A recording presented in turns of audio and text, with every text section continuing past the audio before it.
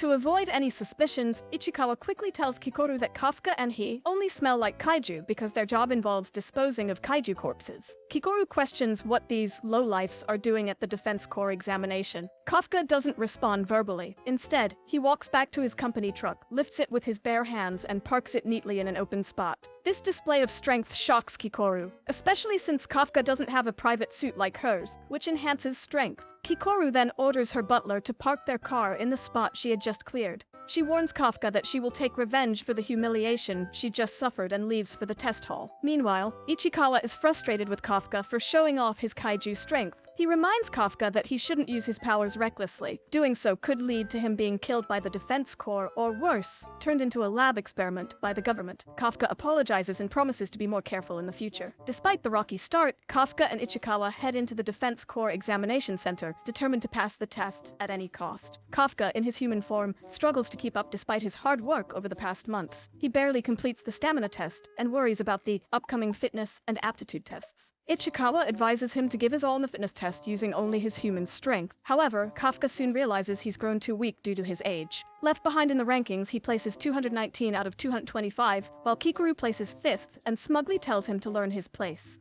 Feeling humiliated, Kafka contemplates his next steps. He doesn't want to use his kaiju powers and make the test unfair for others, so he asks Ichikawa for motivation. On the other side, Mina, reviewing the list of applicants for the year, pauses when she sees Kafka's application. It suggests that she might still have feelings for the man she has long ignored. She discusses the candidates with Soshiro Hoshina, the vice captain of the 3rd Division, who highlights Haruichi Izumo, a standout applicant who graduated top of his class from the most reputed university in Tokyo. Another notable candidate, Aharu Furuhashi, is ranked 3rd and is known for his super strength. Then there's Aoi Kaguragi, a newcomer from the Self-Defense Force of Japan, who topped the fitness exam. As Ichikawa and Kafka discuss, they also talk about Kikoru, the youngest candidate, who many believe is the greatest talent ever. While other candidates are eager to see how she performs, Kafka is shocked that she is this awesome, but her bodyguard beat him up when he touches her. The others think Kafka must be Kikoru's fan. Despite the setbacks, Kafka remains hopeful, especially since the next part of the test involves disposing of kaiju corpses, which is a specialty for sweepers like him. However, Hoshina surprises everyone by announcing that instead of disposing of corpses, they will be fighting live kaijus. As the candidates suit up in their combat gear, which enhances their physical strength and responsiveness, the gear is designed to unleash a certain amount of power from the wearer's body. And while the top candidates can release 10 to 15% of their combat power, Kikoru shocks everyone by unleashing 46%, showcasing why she is considered a prodigy. Meanwhile, Kafka fails to unleash any power, making him the first participant with 0%, which causes Hoshina to laugh at his apparent lack of talent. Kafka tries to flex to increase his combat power, but he is just looking like he is shitting himself. Kikoru, aware of Kafka's strength, is frustrated by his performance.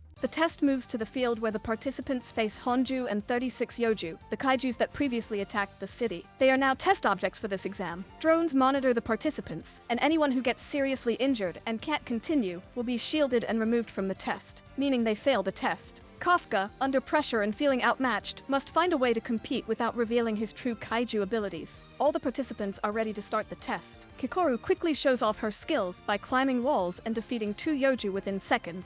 Ichikawa and Kafka watch in awe, wondering why they can't perform as well as she does. Just then, Hoshina announces that Mina is watching, urging everyone to do their best to impress her. Remembering his past with Mina, Kafka feels determined not to lose. He suggests that even though they lack combat power, they should support those better equipped for the fight. Ichikawa agrees, and they set off to assist others. They observe a group struggling to kill a Yoju. Kafka, remembering his experience cleaning up such creatures, knows its weakness. He throws a stun grenade to block its ears, explaining to the others that the Yoju has poor eyesight but sharp hearing. He advises them to aim for the stomach, the Yoju's most vulnerable part. The others follow his advice and successfully take down the Yoju, amazed at Kafka's knowledge. As they search for their next target, another Yoju grabs Kafka and throws him against a wall, severely injuring him. Ichikawa calls out as Hoshina's sensors indicate Kafka's critical condition, with the Yoju threatening further harm. Kafka knows he's on the brink of being shielded from the competition due to his injuries, which would mean his failure. Hoshina communicates that Kafka's organs are failing, and they don't want a casualty, preparing to shield him. Just as they are about to shield him, multiple gunshot from behind takes down the attacking Yoju. Kafka's savior is Kikoru, who dismissively tells him to continue lying on the floor like the coward he is before she moves on to tackle more kaijus. As Hoshina confirms the severity of Kafka's injuries, asking if he wants to give up, Kafka thinks of all he has sacrificed to get here. He shouts that he's not giving up. declaring that only he can decide when to quit. Kafka is tired of feeling embarrassed, especially in front of Mina. He believes the only way he can stay by her side is to stand strong and keep fighting. Miraculously, his suit's power ticks up to 0.01% as he forces himself to stand on his broken legs, shocking everyone.